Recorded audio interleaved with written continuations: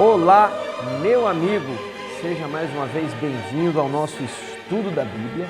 Hoje daremos continuidade ao estudo do nosso guia aqui, Como Interpretar as Escrituras. Isso aqui é o guia que nós utilizamos para estudar a Bíblia. Como Interpretar as Escrituras é o tema geral e a lição 3 diz: a visão de Jesus e dos apóstolos acerca da Bíblia. Este é o nosso tema desta semana. E o verso para memorizar aqui é o verso central, poderemos dizer assim, do trimestre. Jesus, porém, respondeu: está escrito, não só de pão viverá o homem, mas de toda palavra que sai da boca de Deus. Devemos viver deste livro, devemos viver do estudo da Bíblia, porque ela é a palavra que sai da boca de Deus. Então, mantenha firme o seu estudo. Não é só porque a igreja está fechada que você vai deixar de estudar a lição, ok? Muitos estão pensando assim, mas você não pode fazer isso. Vamos estudar sempre a lição, vamos viver de toda a palavra que sai da boca de Deus. Agora, como que era nos dias de Jesus? Porque nos dias de Jesus não existia o Novo Testamento. Ali no primeiro século da era cristã, só existia o que hoje nós chamamos de o Velho Testamento, que havia sido escrito há pelo menos 400 anos atrás. Então, como que Jesus e os apóstolos reagiam ao Antigo Testamento? Como que eles citavam o Antigo Testamento? Como eles interpretavam o Antigo Testamento? A maneira pela qual eles interpretam o Antigo Testamento deve ser a mesma maneira que hoje nós interpretamos o Antigo e o Novo Testamento. Ah, Tiago, isso é muito fácil para eles, né? Era a palavra da boca de Deus, então é isso, acabou a lição, já estudamos aqui esta semana. Será? Nós não podemos ser simplistas. Existem vários problemas, existem tensões nos dias de hoje. E se nós não observarmos como que Jesus e os apóstolos lidavam com a Bíblia, nós passaremos despercebidos a maneira que Deus deixou para resolvermos os problemas de interpretação nos dias de hoje. É por isso que existem tantas doutrinas, tantas igrejas, cada uma dizendo uma coisa, porque utilizam métodos de interpretação diferentes. Sábado, olha o que a lição diz aqui. Infelizmente, nesta era pós-moderna, o que quer dizer pós-moderna? É o movimento pós-moderno que diz não haver uma verdade única. Cada comunidade possui as suas tradições, as suas experiências, a sua história, e é por isso que cada comunidade constrói a sua própria verdade. Eu tenho a minha verdade, você tem a sua verdade, a família do José tem a sua verdade, a família do João tem a sua verdade, ok? E a Bíblia era a verdade para a comunidade de Jesus de um jeito, mas hoje ela é uma outra verdade porque ela é entendida de uma maneira diferente hoje e assim vai, ok? Isso é o oposto do que diz a Bíblia. A Bíblia diz que ela é uma verdade única, absoluta, universal para todas as épocas. O pós-modernismo vê que cada um possui uma verdade para a sua época. Então o confronto já está deflagrado aqui de início.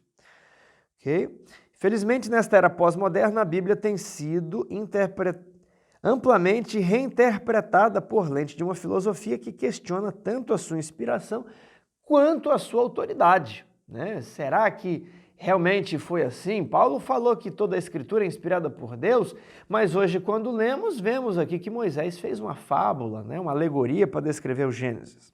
Essa ideia circula dentro do Adventismo. Então, olha, em vez de ser a visão de Deus acerca do homem, a Bíblia tornou-se a visão do homem acerca de Deus. Mas quando vamos ver a maneira que Jesus e os apóstolos lidaram com a Bíblia, nós vemos que eles rejeitam a visão pós-moderna de interpretar a Bíblia. Isso aqui é importante. Domingo está escrito, leia Mateus 4, 1 a 11. Como Jesus se defendeu contra as tentações de Satanás no deserto. O que aprendemos sobre a Bíblia neste relato? Assinale a alternativa correta. Vemos que para cada tentação de Satanás, Jesus afirmou, está escrito, não só de pão viverá o homem, mas de toda palavra que sai da boca de Deus. Satanás estava tentando criar uma tensão entre Jesus ser o Filho de Deus, possuir poder e utilizar os meios deste mundo para servi-lo, o que está correto. Mas Jesus disse o seguinte: eu não preciso dar provas da minha divindade para você, está escrito.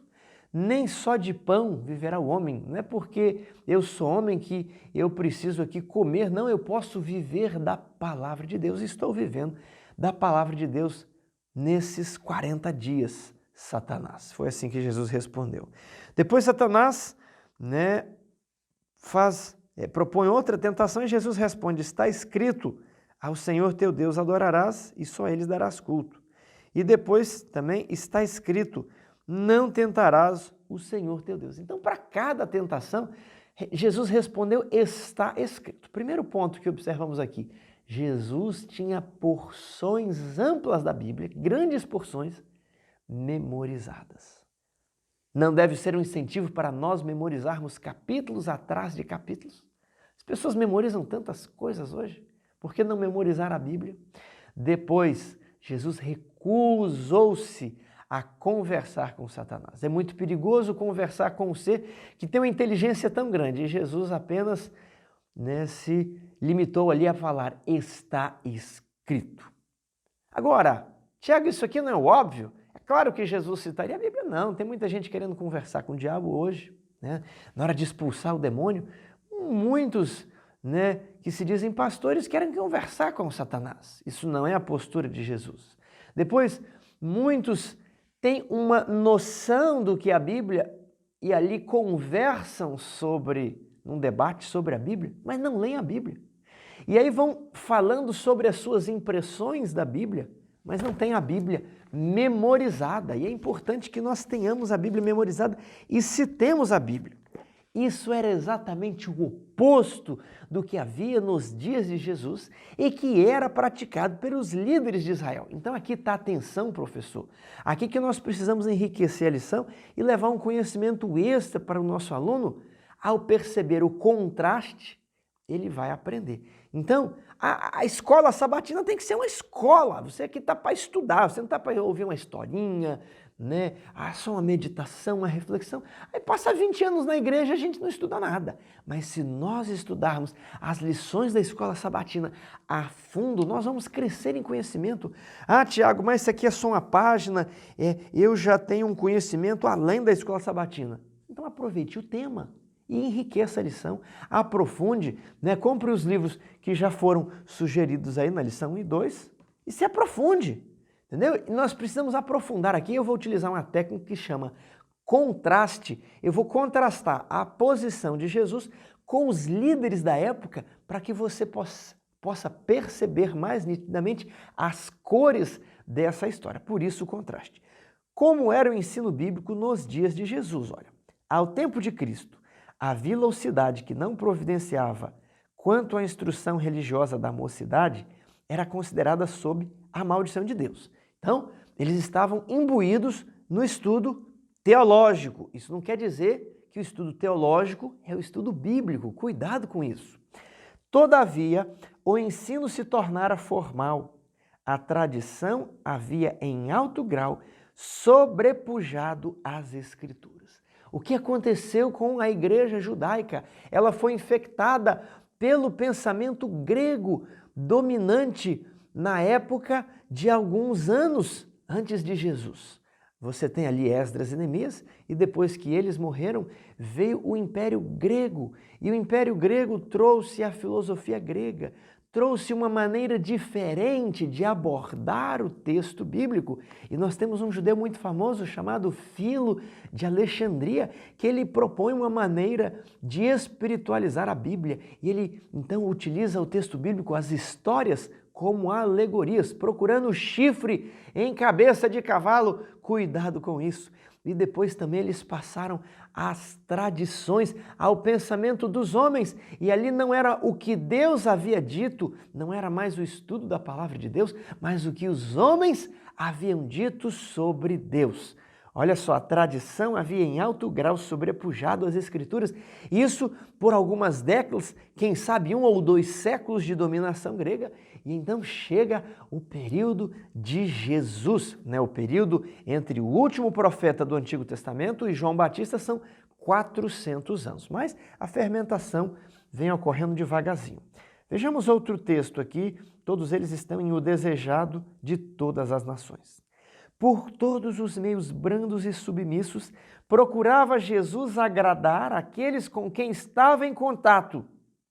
Por ser tão amável, nunca estorvando a ninguém, os escribas e anciãos julgavam que seria facilmente influenciado por seus ensinos. Insistiam com ele, com Jesus, para que aceitasse as máximas e tradições que haviam sido transmitidas dos antigos rabis, mas Jesus pedia para as mesmas a autorização da Santa Escritura.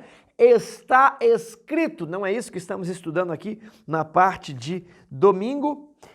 Jesus estava pronto a ouvir toda a palavra que sai da boca de Deus. Não podia, entretanto, obedecer às invenções dos homens, parecia conhecer as Escrituras de princípio a fim, e apresentando-as em sua verdadeira significação. Os rabis envergonhavam-se de ser ensinados por uma criança. Pretendiam ser seu ofício explicar as Escrituras.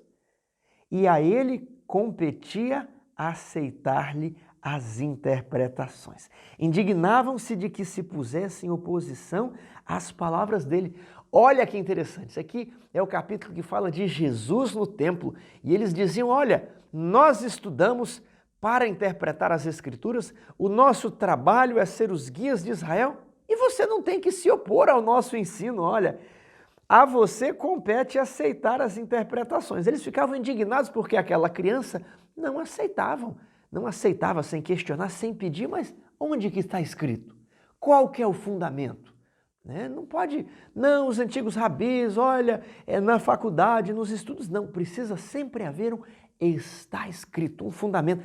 E a filosofia grega, ok? Que é um método de investigar as ciências naturais, que é uma ferramenta para matemática, para lógica, ok? Para investigar a química, a biologia, estava sendo utilizada para investigar as Escrituras. E houve então uma contaminação da filosofia grega dentro da religião judaica e que depois contamina também o cristianismo. E aqui é onde as pessoas não mais conseguem interpretar a Bíblia, porque elas estão olhando a Bíblia por outra lente, elas até leem, né? Não, mas está escrito aqui, mas porém, todavia, entretanto, o texto perde o seu poder, ok? Então, a filosofia grega contaminou a mentalidade judaica e eles agora utilizavam a lógica, o raciocínio, né, humano para tentar explicar a Bíblia. Aqui que está o erro de tudo.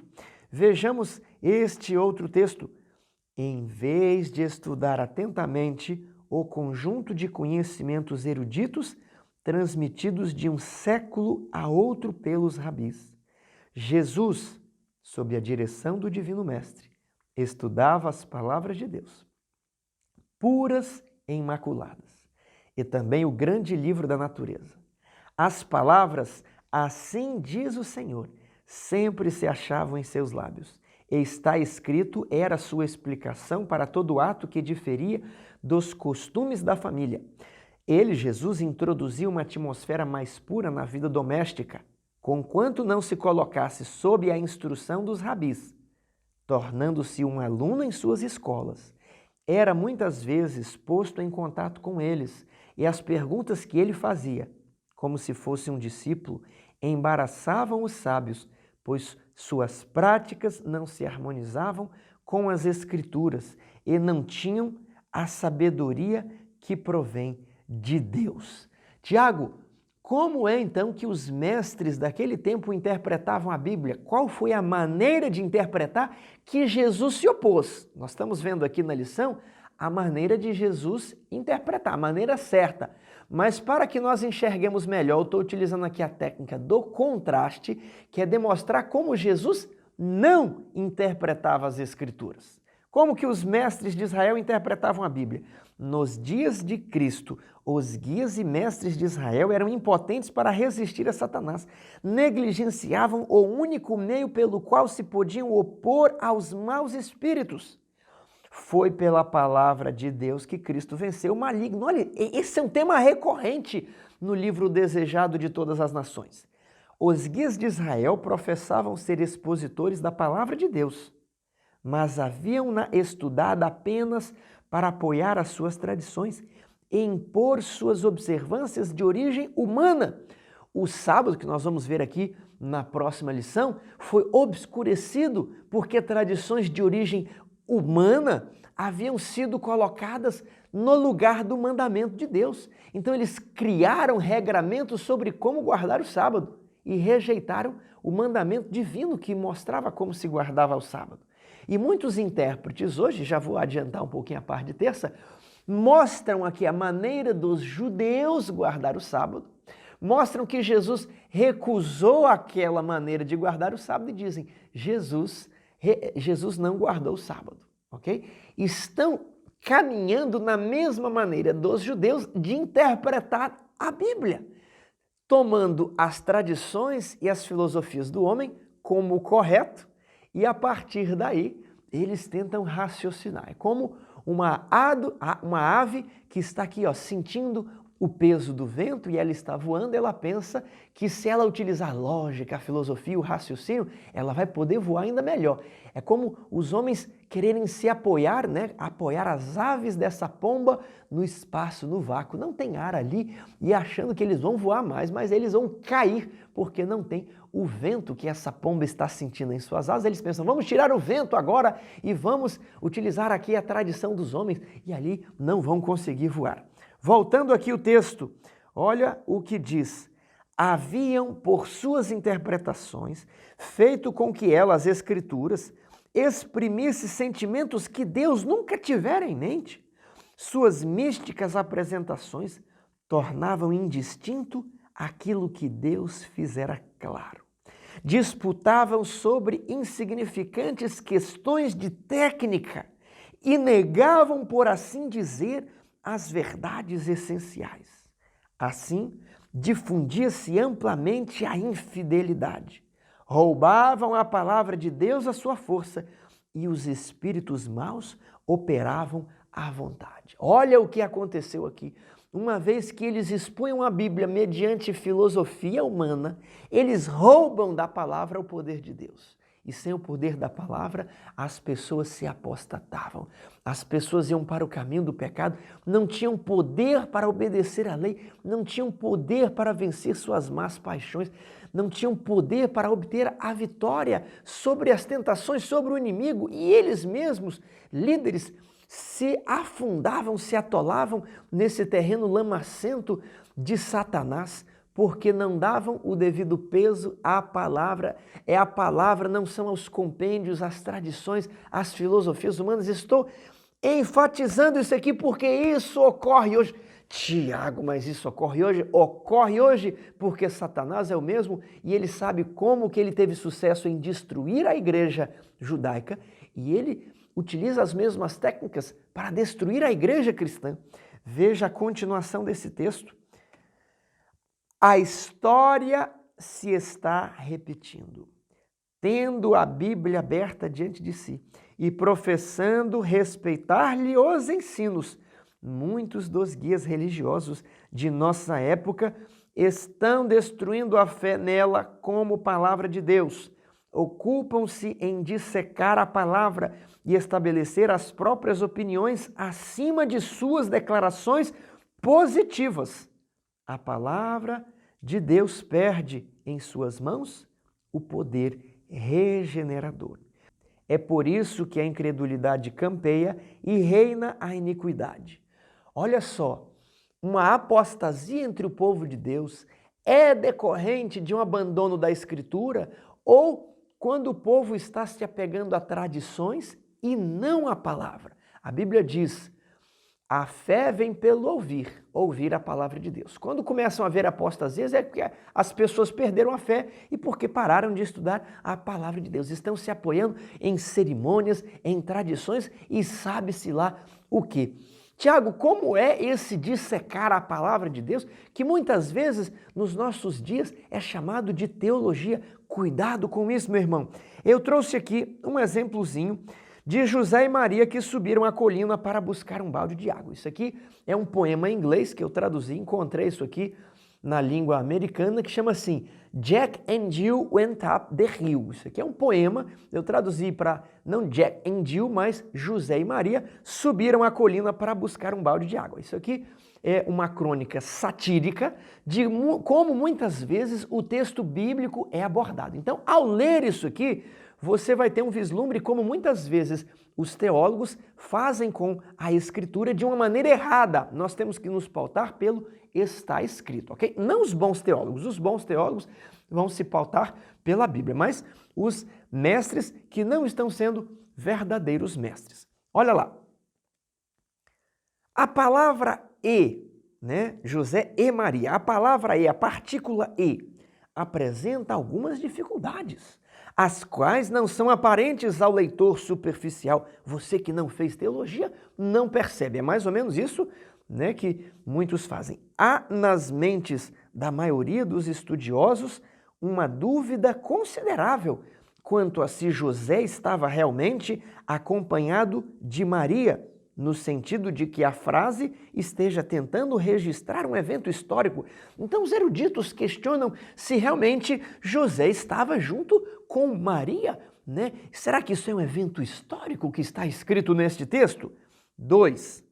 Ao empreender essa expedição, qual expedição? De buscar um balde de água, a qual aparentemente conduzida por um propósito específico, ou pelo menos com algum objetivo definido em mente, parece que José simulara ter aceito essa missão devido a uma necessidade básica de água, uma vez que a maioria das situações que envolvem água em uma casa, tais como cozinhar, lavar roupas, passar pano no chão e coisas do tipo, são normalmente operadas pela mulher. É largamente aceito que a força da palavra, né, da partícula e, neste contexto, provavelmente signifique que José estabeleceu uma imagem muito forte de Maria em sua mente, e vários eruditos existencialistas ainda insistem que as palavras de despedida dela certamente o seguiram, ecoando em seus ouvidos. Então está escrito aqui que José e Maria subiram a colina,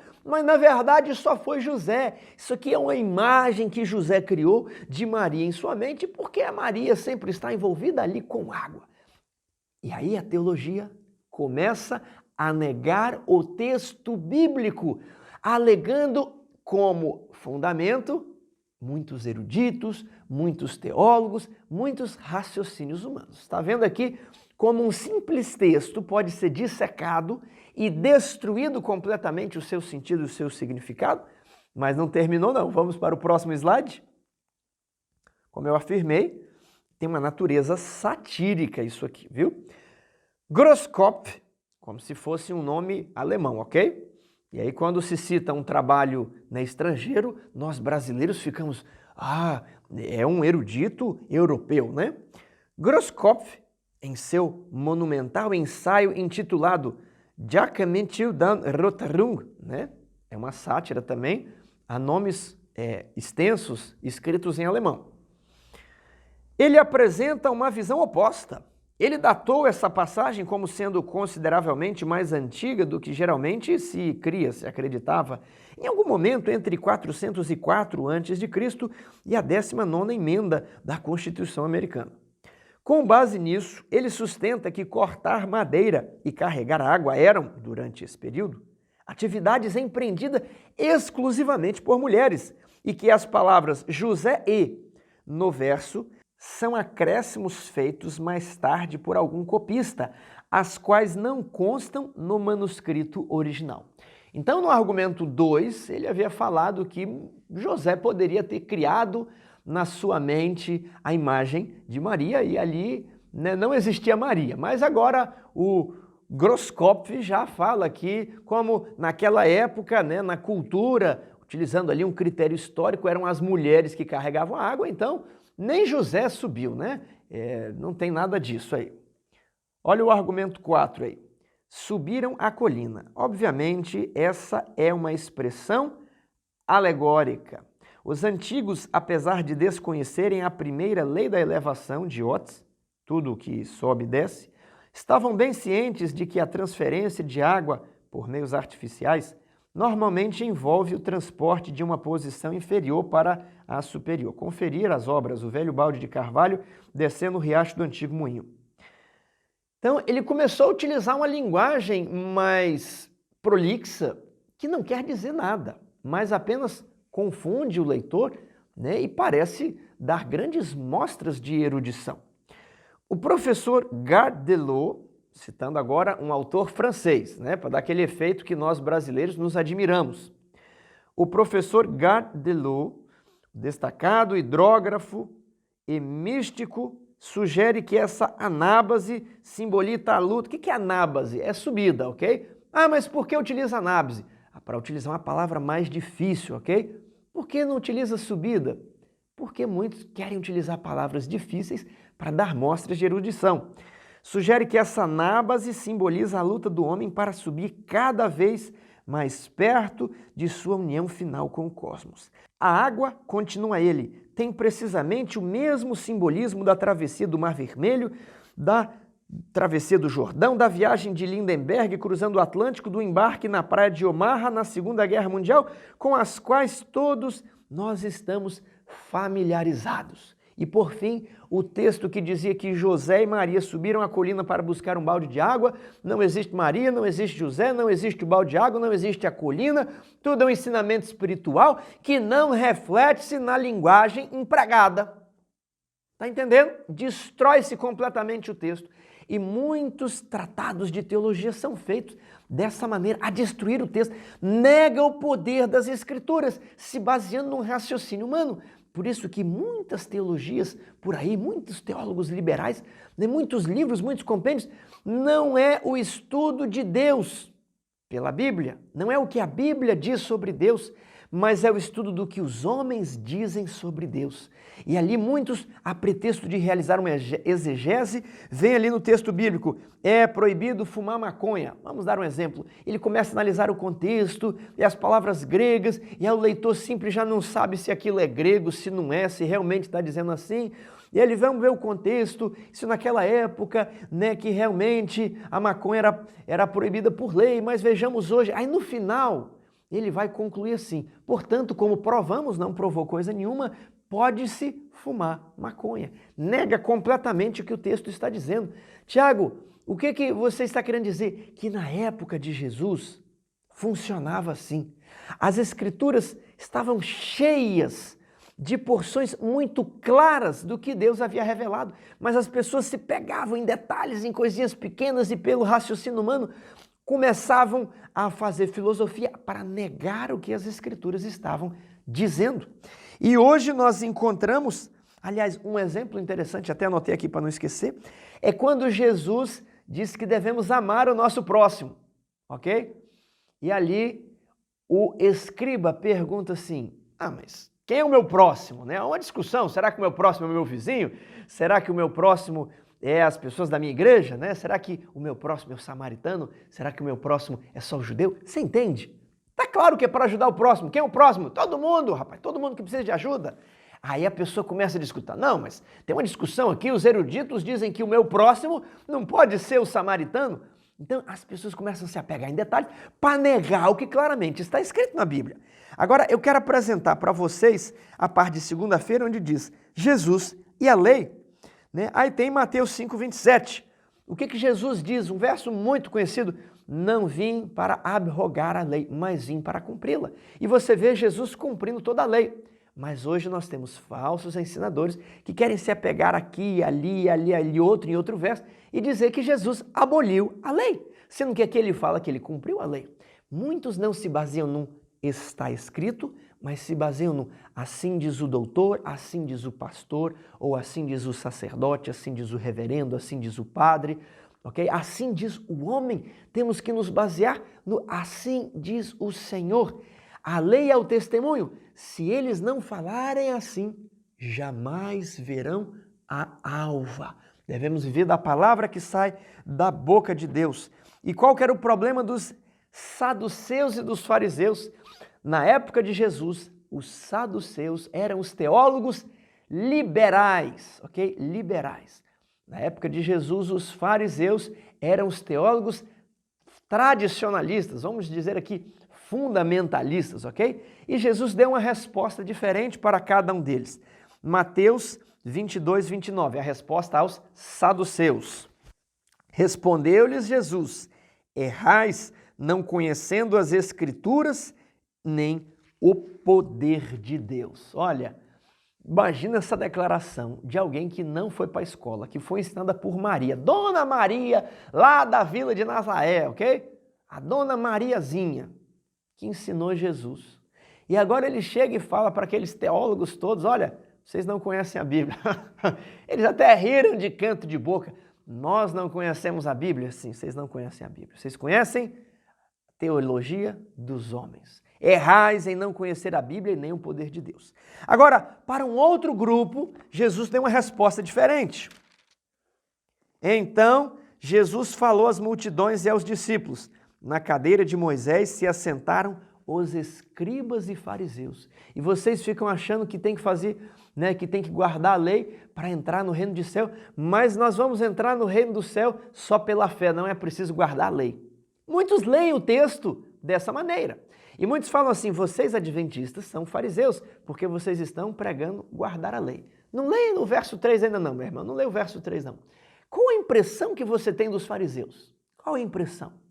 Que os fariseus eram guardadores da lei, ok? Não é essa a impressão? É a impressão que todo mundo tem, mas sabe o que é isso? Isso é porque nós estamos acostumados à teologia humana e não nos baseamos no que está escrito. E essa cosmovisão humana, essas impressões humanas, elas vão sendo repetidas, repetidas, repetidas, repetidas e repetidas, e nós achamos que isso está escrito na Bíblia e nós erramos em não conhecer as Escrituras e nem o poder de Deus. Porque imaginamos o que está escrito, mas não lemos. Aí as crianças ouvem tanto, infelizmente, às vezes é muito infantilizada as histórias da Bíblia, a história de José, de Sansão, de maneira cômica, de maneira engraçada, e aí crescem e pensam, eu já sei a história de Sansão, história de um homem forte, e que fazia o errado, e aí Deus o destruiu, e não percebe os detalhes que estão escritos no texto bíblico, de que ele fazia o que lhe agradava aos olhos, e depois Deus tira os olhos dele, isso aqui está escrito, e nós pensamos que fariseu era quem cumpria a lei, e o que Jesus disse? Verso 3, fazei e guardai, pois tudo quanto eles vos disserem, os fariseus, porém não os imiteis nas suas obras, porque dizem, mas não fazem. Fariseu, presta bem atenção aqui, meu amigo, isso aqui é uma falsa impressão que existe, inclusive no meio adventista. Fariseu nunca, jamais guardou a lei. Ah, mas eu achei que o fariseu guardava a lei. Pois é que não estamos apegados ao texto bíblico. E olha como a teologia vai nos contaminando, vai nos confundindo, e aí começamos a fazer discussão. Não, isso aqui é coisa de fariseu, guardar o sábado assim é coisa de fariseu, Mas nem era coisa de fariseu, porque eles nem guardavam a lei, tá vendo? Nós começamos a imaginar coisas que não estão escritas. E aí começamos entrando numa discussão. Não, mas lá Jesus ele repreende os fariseus que guardavam o sábado. Não, eles não guardavam. Tá vendo aqui? Fazei e guardai, pois tudo quanto eles vos disserem, porém não os imiteis nas suas obras, porque dizem e não fazem. Então essas são as duas respostas que Jesus dá aos grupos da sua época. Então, qual é a relação de Jesus com a lei? Ele veio manter a lei e você precisa ver os fundamentos bíblicos para a lei em o Novo Testamento. Todos os 10 mandamentos, eles são repetidos. Qual a visão de Jesus acerca da lei de Moisés? Ele pegou os 10 mandamentos e mostrou os princípios para pessoas que tinham apenas aparência. Os fariseus, eles tinham a aparência de quem guardava, Eles penduravam os textos da Bíblia na cabeça, nos seus filactérios. Eles, em vez de absorver o princípio da lei de Deus, que é colocar a palavra de Deus na cabeça, eles escreviam verso bíblico num papel, colocava numa caixinha, como se fosse uma caixinha de fósforo, e pregava aqui na cabeça. Agora a palavra de Deus está na minha cabeça. Você está entendendo? E a pessoa diz que está guardando a lei. É esse o cerimonial que Jesus reprova. Não é o guardar a lei em si mesmo. Eles alongavam as franjas de suas vestes, não por modéstia, mas para serem vistos. Então é esse o problema, que é a hipocrisia que Jesus reprova. Tinha uma aparência, né, como aquela propaganda antiga do Denorex, parece, mas não é. Pareciam que guardavam a lei, mas não guardavam. E aí Jesus ele resume os princípios da lei: amor a Deus e amor ao próximo. E aí muitos que não se baseiam no está escrito dizem: olha, aqui Jesus, ele aboliu a lei. Aqui Você entendeu? Jesus não aboliu a lei. Jesus mostrou para as pessoas da época o espírito da lei. Mas continua, né? Porque amar ao próximo não pode roubar, não pode adulterar, não pode matar. E para amar a Deus, tem que não tomar o nome dele em vão, não adorar imagens e guardar os sábados, né? Jesus pediu, tá lá. Amar a Deus implica nisso aí. Eu vou dar um outro exemplo. Vamos para a regra de ouro agora. Vamos para a regra de ouro. Qual que é a regra de ouro, então, para interpretar a Bíblia, Tiago? Estou aprofundando, fiz o contraste para você entender como não é, como agora deve ser. Olha aqui a nossa regra de ouro. Regra de ouro. As verdades mais claramente reveladas na Escritura Sagrada têm sido envoltas em dúvida e trevas pelos homens doutos que, com pretensão de grande sabedoria, ensinam que as Escrituras têm um sentido místico, secreto, espiritual, que não transparece na linguagem empregada. É a historinha lá do José e Maria. Não transparece na linguagem empregada. Há um sentido místico, secreto, espiritual aqui na historinha do José e Maria, que apenas o teólogo, o Groscopf, né, o erudito francês, aquele que cursou teologia, compreende. O leitor comum, que só lê as palavras empregadas, que não sabe grego e hebraico, ele não compreende.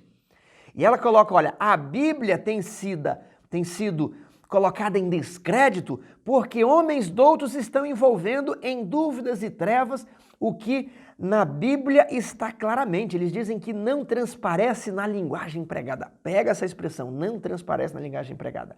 Estes homens são falsos ensinadores. Foi a essa classe que Jesus declarou: errais vós em razão de não saberdes as Escrituras, nem o poder de Deus. Agora vem a nossa regra de ouro.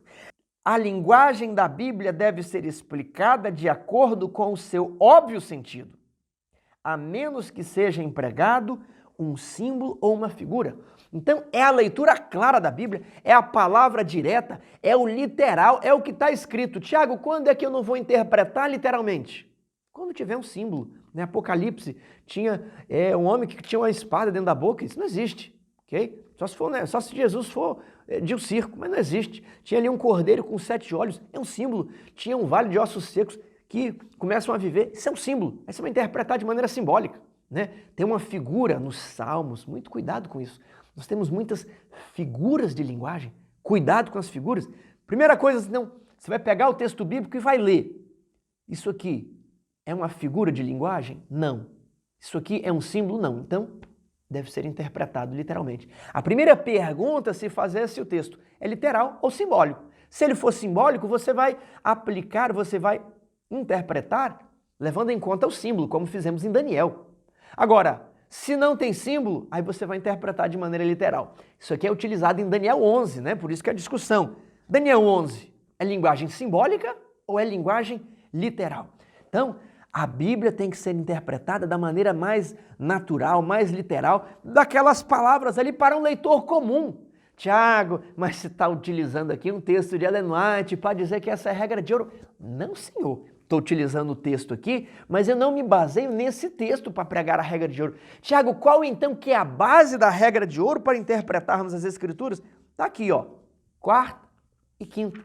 Na maneira como Jesus interpretava o texto bíblico, e na maneira como os apóstolos interpretavam o texto bíblico. Vamos chegar lá, mas eles interpretavam de maneira literal, a menos que houvesse um símbolo. Então essa regra de ouro aqui é baseada na maneira que Jesus e os apóstolos interpretavam o Antigo Testamento, e nós devemos interpretar o Antigo e o Novo do mesmo modo que eles.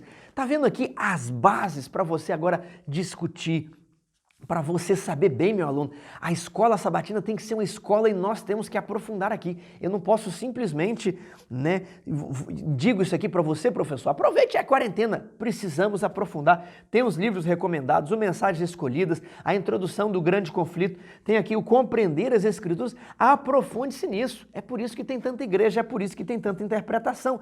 Métodos errôneos de estudar a Bíblia. Jesus e todas as Escrituras. Terça-feira, leia Lucas 24, como Jesus usou as Escrituras para ensinar aos discípulos a mensagem do Evangelho. Aqui nós vamos descobrir qual é o método de Cristo. Acompanhe aí no slide, comparando textos. E eu selecionei aqui Lucas 24, os versos 27, 44 e 45. Vamos nos lembrar aqui da história. Jesus havia sido morto, ressuscitado, e ali encontrou 2 discípulos no caminho de Emaús que estavam tanto quanto confusos, estavam tristes porque imaginaram que as suas esperanças haviam sido perdidas, quando aquele que eles acreditavam que fosse o Messias foi morto, E ali Jesus fala assim, olha, tardos, para crer em tudo o que os profetas disseram, e Jesus começa a abrir as Escrituras perante eles. Como é que Jesus abriu as Escrituras? Como é que Jesus deu um estudo bíblico? Como é que Jesus explicou ali as coisas? Vamos ver, verso 27. E começando por Moisés e por todos os profetas, explicava-lhes o que deles se achava em todas as Escrituras. É por isso que um estudo expositivo da Bíblia, vamos imaginar aqui, o uso de gordura, o consumo de carne com gordura. Você não vai começar por Ellen White, você vai começar por Moisés, ok? Começando por Moisés, depois você vai pegar os profetas, Aí depois você vem para o Novo Testamento, Atos 15, ok? E aí depois você vai para a história da igreja cristã, pode pegar, e depois você vem aqui para o texto de Ellen White, lembrando que na história da igreja cristã os pais da igreja não são materiais inspirados, mas nem por isso não precisamos ignorá-los, ok? Então, começando por Moisés, Antigo Testamento, Novo Testamento, o espírito de profecia, é assim que nós explicamos o assunto.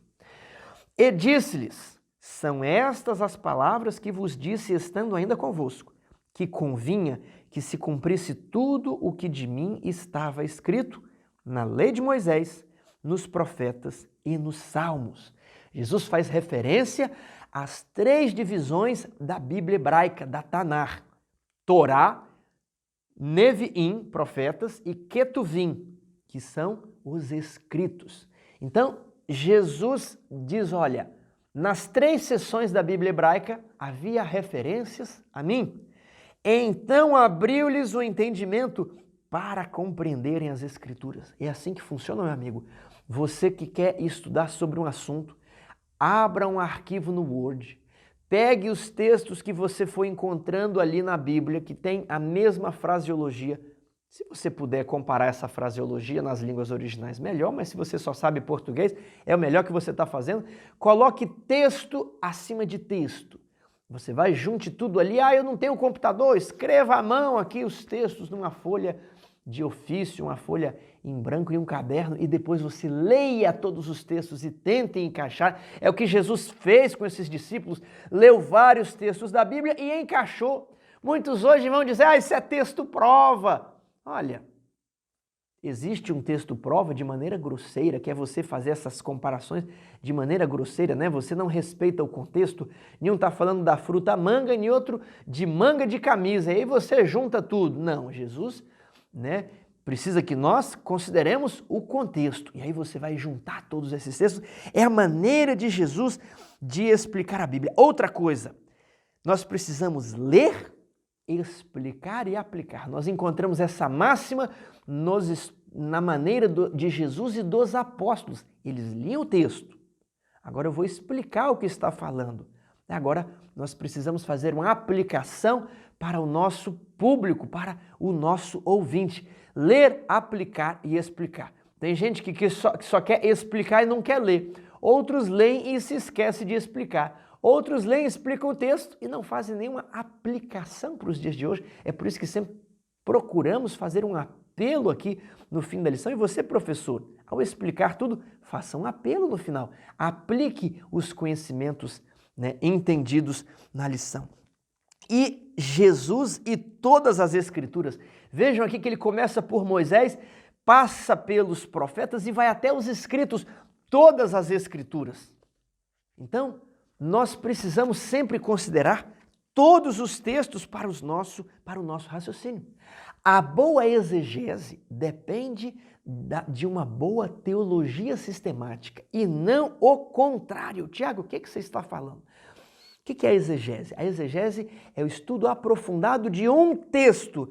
Eu vou vendo o contexto do capítulo, quem é o autor, como foi na época daquele autor, e eu vou aprofundando as línguas originais, etc. Só que muitos dizem assim, eu só preciso considerar esse verso aqui. Daniel 8,14, até 2.300 tardes e manhãs, o santuário será purificado, e eu vou me focar nesse verso, E eu começo a ignorar o contexto, a teologia sistemática, todo o sistema, ok? Isso é um grande erro. E eu repito, a boa exegese depende de uma boa teologia sistemática. Primeiro eu entendo o fluxo do raciocínio. Primeiro eu entendo quais são as linhas básicas das Escrituras. Uma vez que eu entendi as principais verdades, agora eu vou fazendo uma exegese pautado nessas principais verdades. Mas muitos hoje estão querendo fazer o contrário e dizem, Tiago, mas a teologia sistemática também depende de uma boa exegese. Não, porque existem textos claríssimos na Bíblia. Deus é amor. Eu não preciso fazer uma exegese, eu não preciso dissecar as Escrituras para saber que Deus é amor. Está escrito que Deus é amor e que nós devemos obedecer à lei. Eu não preciso me aprofundar. Qualquer pessoa simples pode. E nós vemos nas Escrituras um conflito entre o bem e o mal. Essa é a grande linha mestra. Essa é a grande contribuição do Adventismo para a igreja cristã. Um grande conflito, e ele agora vai me pautar na interpretação das Escrituras. Nós também temos o santuário como uma linha mestre, como um esqueleto. E a partir então da perspectiva do santuário e do grande conflito, eu posso fazer uma exegese.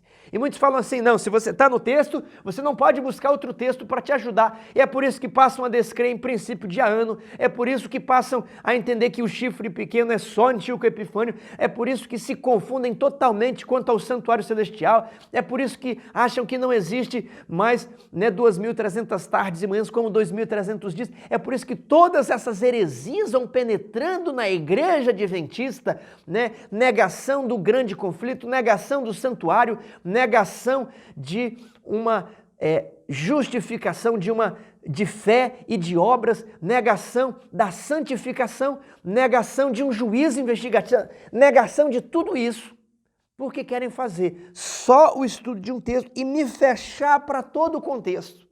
Nós precisamos de uma boa teologia sistemática primeiro, uma boa compreensão do todo como fez Jesus e depois com aquela compreensão do todo pelos textos claros e fáceis, nós vamos ver um texto específico. Sabe como a Escritura tem sido envolta? E eu volto agora na regra de ouro, vou até colocar a regra de ouro novamente aqui na tela. As verdades mais claras reveladas nas Escrituras têm sido envoltas em dúvidas. Pega aqui uma pessoa discutindo sobre sexo antes do casamento. Mas você já ouviu essa discussão? Porque ela é muito comum. Essa discussão normalmente é feita sem base nas Escrituras. Ok? Faça um teste. Pergunte para você mesmo, qual é a base das Escrituras para dizer que o sexo só deve ser feito depois do casamento? Qual é a base? Não adulterarás, talvez você pense. Mas peraí, adultério é para quem já está casado. Então, quem está casado não pode tomar a mulher de outra pessoa que está casada. Mas e os jovens? E os solteiros? E aí começa aquela ideia ímpia que diz assim, olha, para Deus, se eu convivo, se eu já tenho a relação sexual, se eu já pratico o ato sexual com a minha companheira, para Deus eu já sou casado. Isso é teologia de homens. Não estou condenando ninguém que pensa nisso, mas estou te esclarecendo. Isso é teologia de homens. A partir de hoje, você precisa dizer, está escrito. E onde que está escrito? Eu estou só deixando aqui, nós vamos estudar. Mas normalmente as pessoas começam a discutir sobre isso. Não, ele não é casado, mas Deus o considera casado. Não considera coisa nenhuma, porque Jesus falou que no princípio Deus declara homem e mulher casados. Então é preciso haver uma cerimônia, é preciso haver uma autoridade, um juiz, alguém investido de autoridade, ou se for o pastor investido dessa autoridade, ou se for um juiz, um sacerdote, ele precisa constituir aquele casamento. Essa é a base. E muitos começam, não, mas se eu... Então, é aí que a Escritura é envolta em dúvida. Mas a regra de ouro diz, a linguagem da Bíblia deve ser explicada de acordo com o seu óbvio sentido, a menos que seja empregado um símbolo figurado, Tiago. Mas aqui Paulo diz que aboliu na sua carne os mandamentos em forma de ordenanças. Não importa, meu amigo, Paulo falou isso, é o que está escrito ali, inspirado. Não mexa nas palavras da Bíblia, não tente dizer, olha, Paulo disse que aboliu os mandamentos, mas ele não quis dizer isso. Ele falou, mas não era a intenção dele falar. Aí começa a se mexer no texto bíblico, e aí vamos fazer teologia igual os fariseus e saduceus, igual os guias de Israel, que estudaram as profecias de Daniel e não compreenderam quando foi que Jesus deveria vir à terra. Não compreenderam as profecias, envolveram toda uma nação no engano, e quando Jesus veio, não estavam preparados para recebê-los. É o perigo de que muitos hoje, indo numa teologia de falsos mestres, não estejam preparados para receber Jesus quando ele voltar. Está escrito é a nossa base, as nossas linhas mestres de interpretação, é o grande conflito e a doutrina do santuário. Primeiro todo, depois a parte. E agora, irmãos, que já fizemos todo esse aprofundamento aqui na lição, já até falamos da parte de quarta e quinta-feira. Eu só vou fazer aqui uma pincelada, olha só. Como Jesus compreendia as pessoas e os eventos históricos bíblicos. Eu coloquei aqui, Mateus, ele fala da história de Davi, dos pães da preposição. Marcos, ele fala ali que no princípio o Criador diz que o homem e a mulher são uma carne. Então houve uma cerimônia de casamento. Aquelas palavras ali não são de Moisés. Ali são as palavras que o próprio Deus falou, Moisés apenas as escreve, Jesus esclarece. Isso aqui é a base da Bíblia para o casamento. Lucas, ele fala de Elias e da viúva e fala de Eliseu e o leproso. Em Lucas 11, ele fala, isso aqui é muito interessante, de Abel e Zacarias. Tiago, quem é esse Zacarias? É o profeta Zacarias? Não, isso aqui é o Zacarias ali, que é chamado filho de Joiada. Talvez ele fosse neto de Joiada e filho de Baraquias. Tiago, por que então Jesus cita Abel e Zacarias? Porque a Bíblia hebraica ela está organizada em uma ordem diferente de livros. Gênesis é o primeiro livro, Bereshit, e Crônicas é o último livro, entendeu? Então, segundo Crônicas, é o último livro ali da Bíblia hebraica. Então a história de Abel está no primeiro livro e a história de Zacarias está no último livro. Então quando Jesus fala assim, olha, vocês desde Abel até Zacarias, ele está falando todos os mártires desde a história da criação do mundo, ou desde o início das Escrituras até o fim das Escrituras, vocês têm matado os profetas. E Deus vai pedir contas. Então aqui Jesus ele está considerando que já havia um cânon bíblico escrito ali e consolidado na sua época. Então isso aqui é importante. Depois, Mateus 24, Noé e o dilúvio. O que nós extraímos disso aqui? Interpretação literal de Jesus. Jesus considerava a regra de ouro, ele considerava essas histórias como literais e ele dá aplicação literal a essas histórias. Okay? Ele conta, não foi assim? Então ele faz, ele explica e faz, ele lê, explica e aplica. Okay? Interpretações literais. Tiago, tem interpretação simbólica? Tem. Mateus 24, 15, quando ele falou assim, quando, pois, virdes o abominável da desolação no lugar santo, o abominável da desolação de que falou o profeta Daniel no lugar santo, quem lê, entenda. Entenda o quê? Entenda o símbolo. A regra de ouro é a regra de Jesus. A regra de ouro não é a regra de Ellen White. Ela repetiu o que Jesus fazia e que está aqui na parte de quarta-feira. Parte de quinta-feira, os apóstolos e a Bíblia, da mesma maneira, eles interpretavam as histórias da Bíblia como literal. Mas tem algo interessante aqui nos textos, que eles começam a pegar as passagens do Antigo Testamento e aplicar, olha, isso aqui se cumpriu hoje. Olha, para que se cumprisse a palavra, para que se cumprisse, então eles começam a pegar as profecias do Antigo Testamento e mostrando que elas se cumpriram em Jesus. A palavra de Deus é viva e a palavra de Deus está se cumprindo. Isso aqui não foi a impressão da cabeça de Daniel, de Zacarias, de Jeremias. Não, isso aqui se cumpriu, isso aqui é literal, isso aqui tem poder.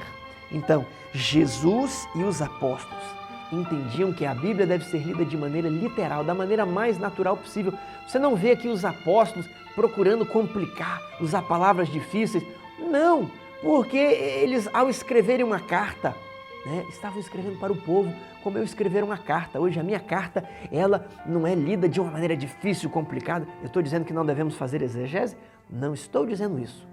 Eu estou dizendo o seguinte, que a Bíblia é feita para pessoas simples e para pessoas estudadas. As pessoas simples vão compreender porque a Bíblia está feita de maneira clara e não podemos confundir as pessoas simples com vãs pretensões de conhecimento. Agora, podemos e devemos fazer uma boa exegese, utilizando outras partes da Bíblia para nos auxiliar, porque este é o método de Cristo. Querido irmão, aprofunde na Bíblia. Eu cito aqui o livro, tá? Um livro produzido pelo NASP, Compreendendo as Escrituras. Tem vários artigos bons aqui. Já recomendei Mensagens Escolhidas, volume 1, a introdução de O Grande Conflito. Estude. Você está de quarentena, os serviços de filmes, os serviços pornográficos, eu vi, eles cresceram muito. Nem numa crise dessas, o juízo de Deus, talvez que se aproxima. Não estou dizendo que o coronavírus é um juízo de Deus, pode ser, pode não ser, mas as pragas se aproximam. O último grande conflito se aproxima. E nem agora as pessoas temem a Deus. Ficam aumentando a sua assinatura de serviços pornográficos. E eu achei estranho que a lição tem diminuído. Porque, infelizmente, talvez, muitos estão estudando apenas porque tinha a sua obrigação na igreja. Mas, querido irmão, não deixe de estudar a lição apenas porque não haverá culto ou as igrejas estão fechadas. Estude a lição para que você não seja enganado. Você está vendo a crise aí. Você está vendo como muitas vozes podem surgir, muitos ventos de doutrina, mas você precisa se basear no está escrito, porque não só de pão viverá o homem, mas de toda a palavra que sai da boca de Deus.